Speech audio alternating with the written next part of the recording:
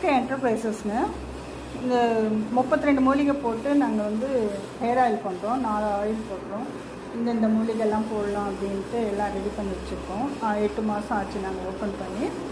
நிறைய ரெஸ்பான்ஸ் நிறைய இருக்குது. ஃபீட்பேக் நல்லா வந்துகிட்டே இருக்குது. அப்புறம் வந்து இதில் வந்து 4 ஆயில் சேர்த்துருக்கோம். அடுத்தது அது காமியம்மா. இதில் என்னென்ன இருக்குது சொல்லு. செம்பருத்தி, ஆவாரம்பூ, இதில் துளசி, அரும்பு, இது செம்பருத்தி இலை, கருவேப்பிலை, மருதாணி. நான் முதல் நாளே எல்லாத்தையும் உருவி அலசி நெல்லில் உலர்த்தி வச்சிருக்கேன். ஓகே, இது சொல்லுமா. ஆவாரம்பூ, செம்பருத்தி பூ, நீதி அவரி, இதெல்லாம் ஓகே.